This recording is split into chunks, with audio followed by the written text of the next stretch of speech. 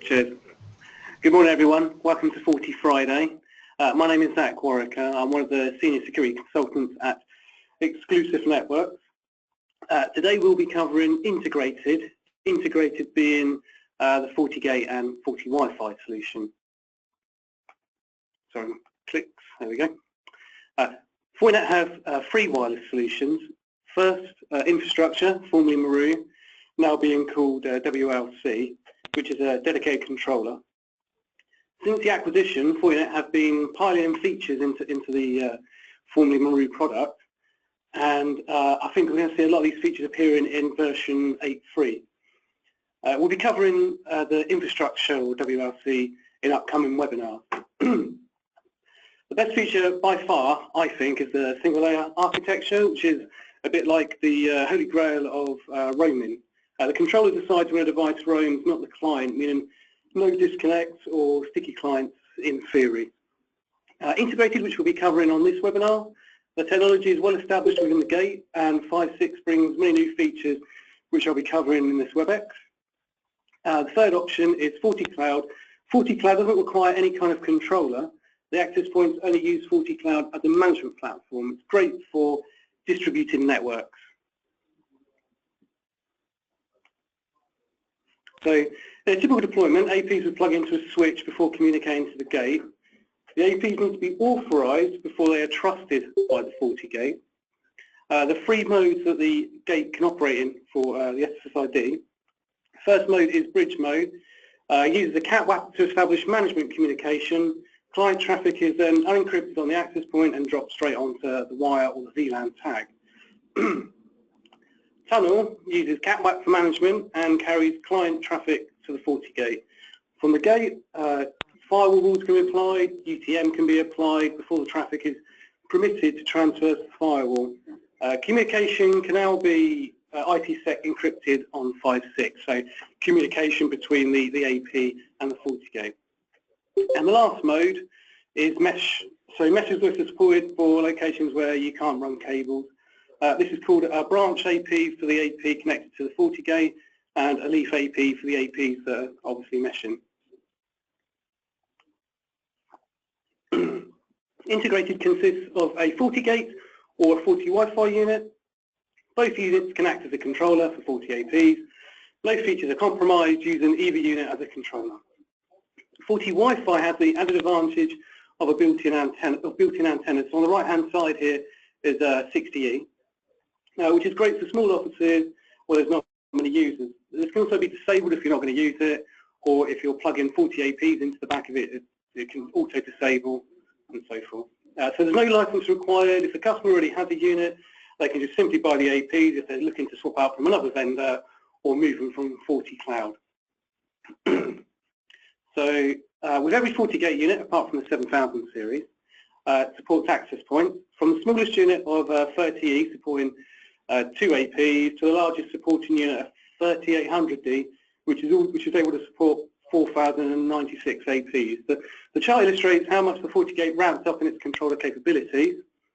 The blue bar shows bridged APs, and the orange bar shows tunneled APs. So on, say, for example, 200D, you can support something like 130 APs in bridge mode, and say 65, I think it is.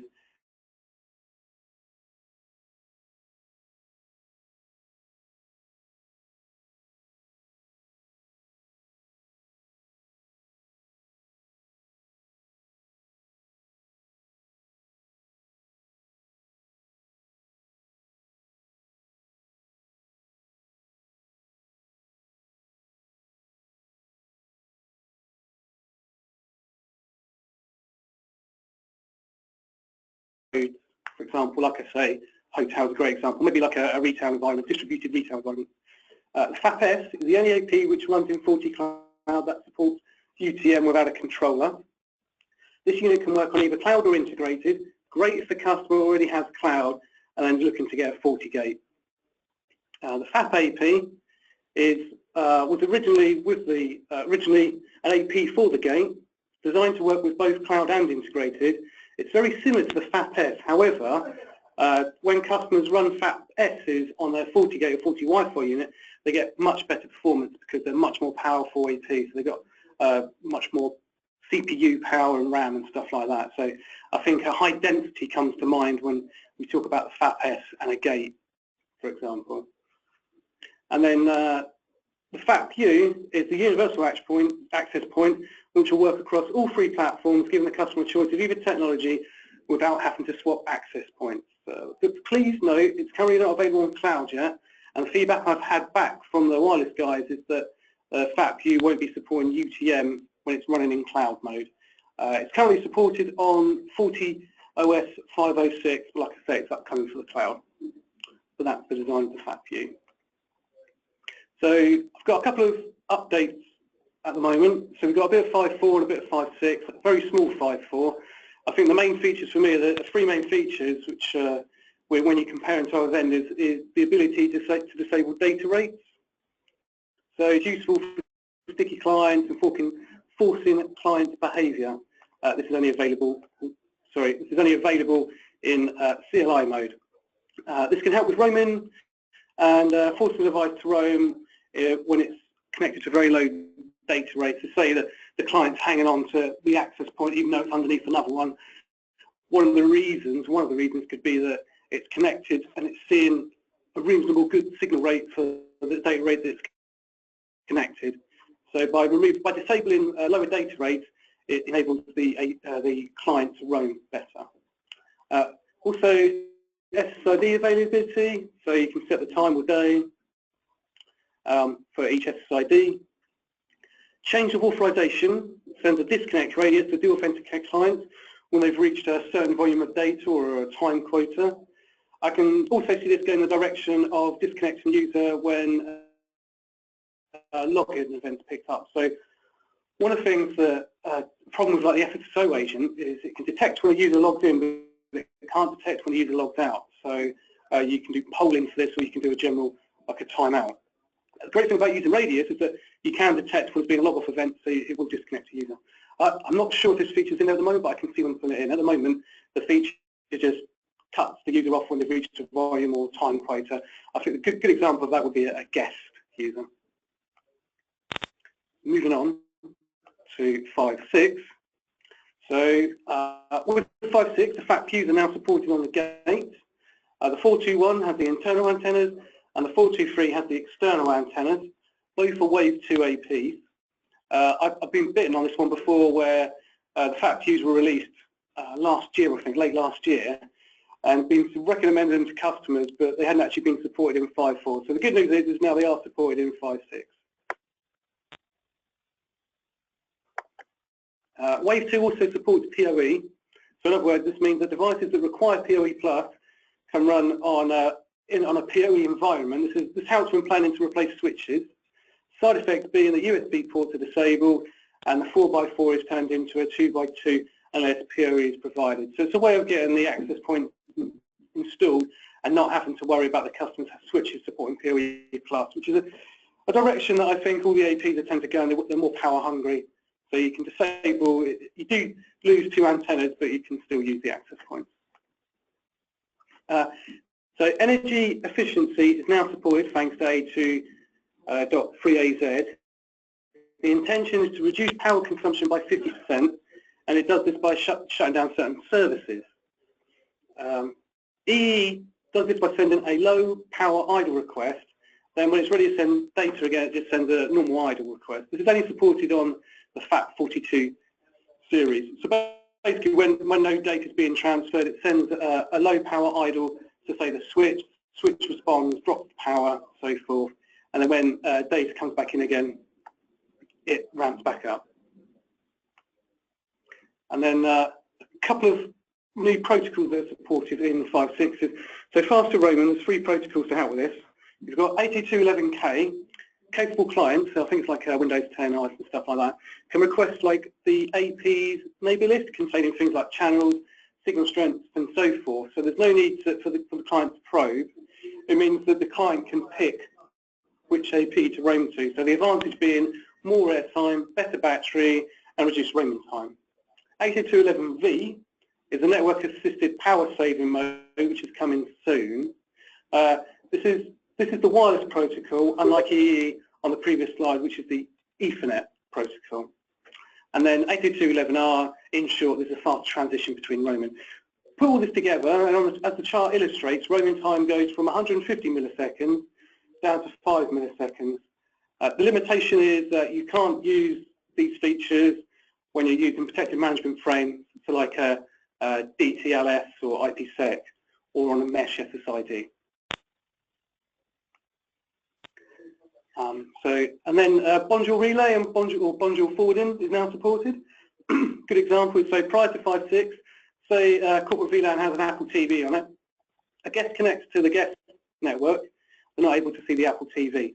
In 5.6, Bonjour services can be advertised across VLAN, allowing the guest to use the Apple TV. So please note, only Bonjour services will be advertised on the AP. This feature is only supported in the FAP-S and FAP Wave 2 APs.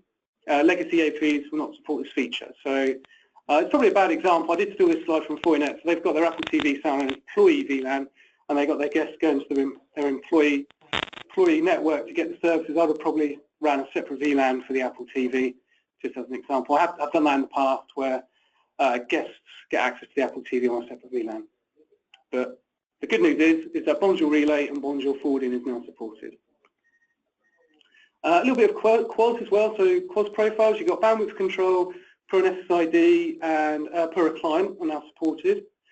Wireless media extension is a form of traffic prioritization, which is now supported per an SSID. So DSCP can now be mapped to WOM, so it can be quads from wired to wireless. WOM also comes with a power saving certification, which is buffer related basically. So now you can carry your quads profiles either from wired to wireless or wireless to wired.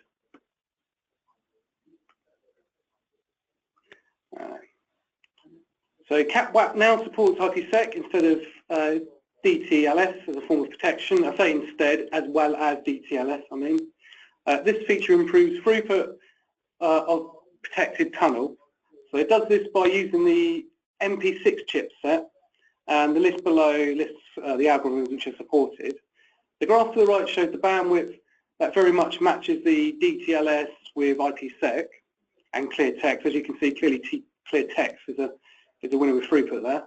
However, in the graph to the left, the CPU utilization is greatly improved using IPsec. So on the left chart, the chart on the left, sorry, DTLS is like 18-20% of the CPU. With IPsec, it goes down to 4% and so forth. And this is because it's utilising the NP6 chipset in the 40 gate or 40 Wi-Fi unit. So if this is a feature that your customer's interested in, just make sure it's got the NP6 chipset. Faster failover is now supported. So normal failover between 40 gates take 2 to 5 minutes for serving wireless clients. That is obviously with a failover generally with 40 gates either instantly or momentarily. But previously it took 2 to 5 minutes for the APs to re-establish a connection and for the clients to be able to communicate again.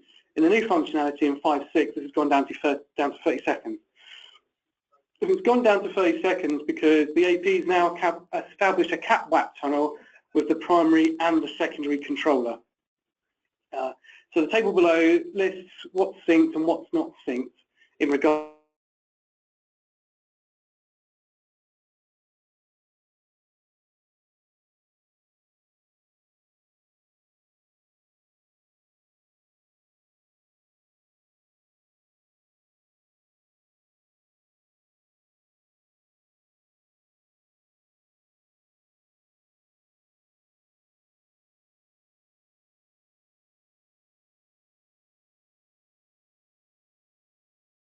competitors. These are some of the other features that I've seen working with some of the other wireless vendors. So hopefully the update's been quite helpful with 5.6 being only released the other week. Okay, so thank you very much. Any questions, please ask now. I am going to give a short demo on the 40 gate with the 40 APs, but I'll just leave the screen up for the moment just in case you have any questions around the slide deck.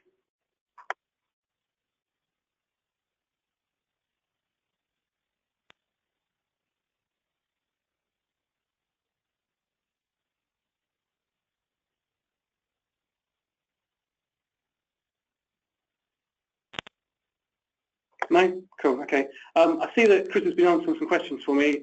Customers asking about an exam, NSE6 exam, which I know is reference the slides, but just for your reference, there is an NSE6 exam for Forti Wi-Fi and cloud, and then I think the version 7 of the wireless LAN controller has just been released, and then in June, version 8 being released as well. So there are NSE6 exams if you want to get geared up. We do offer training as well, so just to make you aware. Cool. Okay, I'll just jump on the FortiGate and just give you an overview of the unit.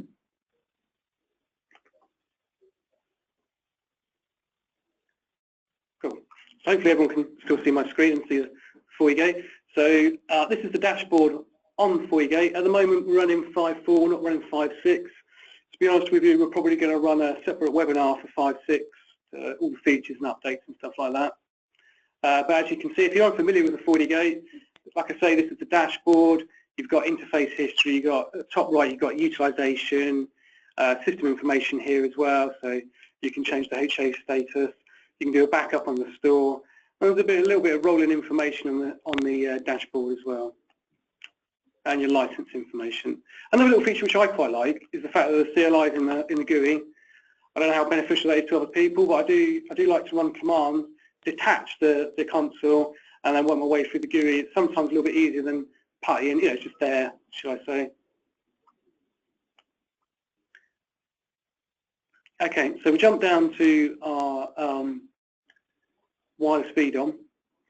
So this is FortiView. So a little bit of statistics here on what's going through our FortiGate at the moment. To be honest, most of this is probably me. You've got top sources, top destinations, just nice rolling logs in FortiView. With FortiCloud as well as controlling the access points, it can also be used as a place to log your traffic for your FortiGate. And I really quite like the new version of the FortiCloud version. I think it's 3.1 or 3.3 they're on now. And it's really nice because it's very similar. It reminds me of the FortiAnalyzer, the way you can view the logs. You can drill down on logs, you can filter on users, applications, groups, usernames, whichever. The only the difference I would say is obviously the analyzer is on-prem, much more powerful device, and you can really create some beautiful custom reports with the analyzer, whereas with the FortiCloud you just get a really basic report. Okay, so this is the area with the configuration for the wireless controller. So we'll start with the managed access point. So at the moment I've got one AP on here, and you can see that I'm advertising 2 SSIDs, what radio it's running on, what client's connection version. You can add more APs via adding their serial numbers, or you can plug the APs directly into the same layer to broadcast domain, and then the FortiGate will populate it, and you just need to click through or tick it and authorize the device. At the moment I can deauthorize our AP. So if you've got a list of unauthorized, you can just click authorize, and there is a way of importing the list as well. I'll just click through again. So you can see here, you've got what version I'm on, what the IP address is, you can reset it, and your FAT profiles. So FAT profiles are the profiles that belong to the access point. So 321C is the AP we're using at the moment. It's got 2 different types of radios, but I think it's got 4 antennas in total, so 2 for 2.4 and 2 for 5 gigahertz. You can disable them, you can run them in an access point mode, or you can enable them as a dedicated monitor. So dedicated monitor is basically WIPS protection, so you can do your road detection and stuff like that. You can choose the channel, what power level you want it to operate at, what SSIDs are going to be advertised. So I don't know, one example is a customer, they put all of their guest traffic on the 2.4, and they had all their corporate traffic on the 5 gigahertz because they didn't want to compromise bandwidth. You can do frequency handoff, so a client will try and connect to an AP, and it will reject the 2.4 request several times to force the client to go to 5 gigahertz. Of course, if the client doesn't support 5 gigahertz, then it will allow it to connect. And you've got AP handoff, so you can hand off at a certain count and stuff like that. So yeah, moving on to the SSIDs. As I said, we've got 2 RSLs on here. We've got one in bridge mode, which is staff, and one in tunnel, which is guest. If I create a new one, I'll go through the different options, and maybe we'll revisit those. So SSID name, interface name, because on a FortiGate, when you create an SSID, it creates a logical interface. So you then control the traffic of the wireless user through a logical interface, which I'll show you in the policies in just a moment.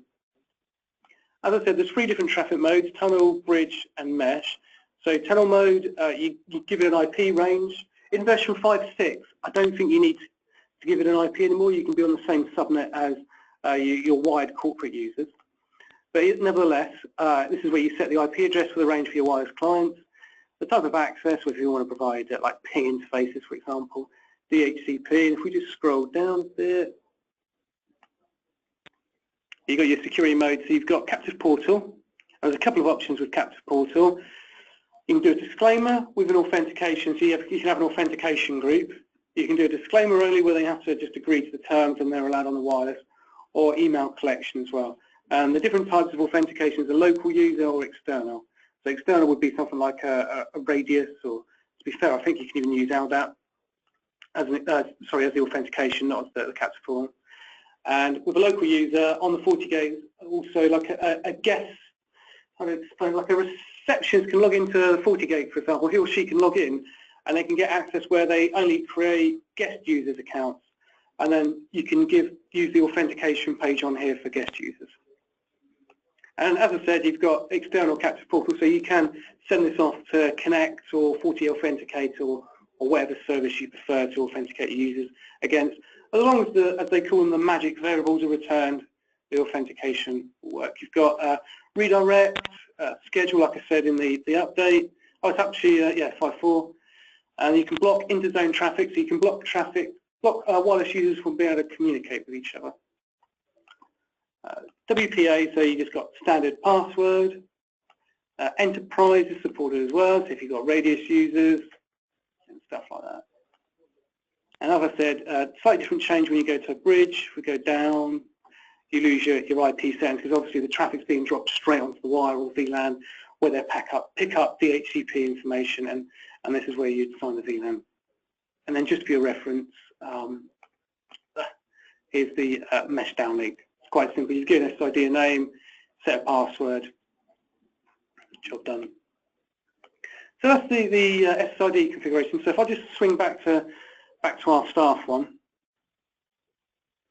you can see that all I've done is given it a name, given it a password, and because it's in bridge mode, the SSID is ready to go. If we go to the interfaces, we can then see the interfaces down the bottom here, so staff and guest. And if you click through, it's very similar options to what you were seeing on the SSID as well. And if we go over to the policies, too many policies apparently, I'll create a new one.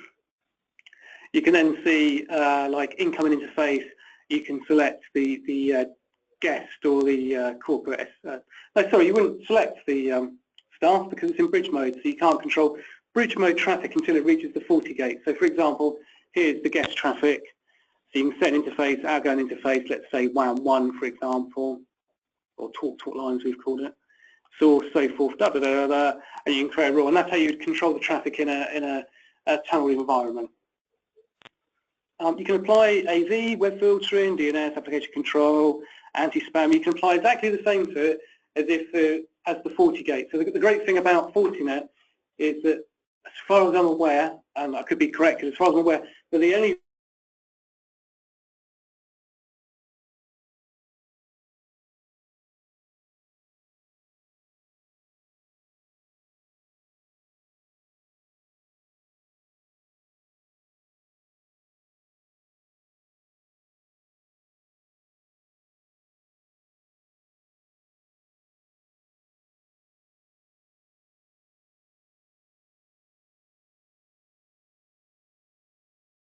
licensed feature, but only UTM is licensed feature, and some of the advanced features.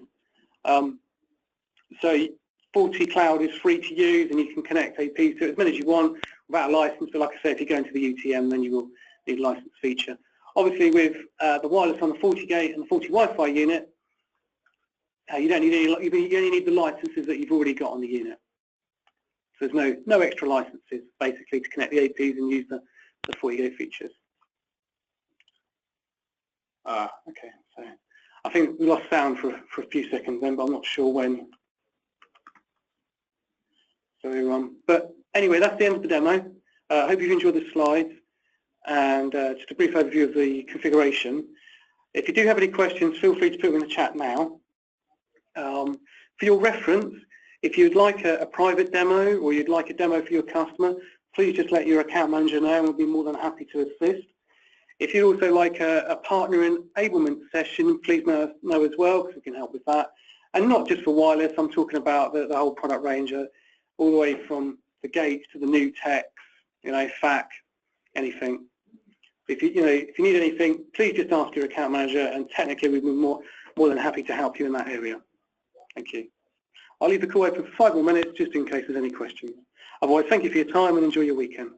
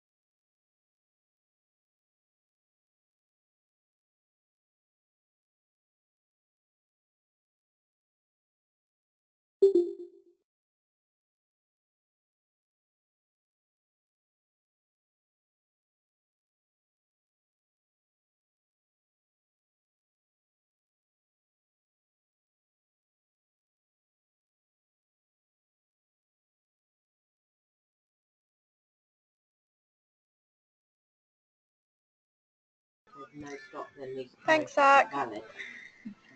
Cool, thank you. Cheers, have a good weekend. And you. The next question, and I think Cheers, bye. the answer out to that. So, is it okay if you just said stop him an email? Do you have his details?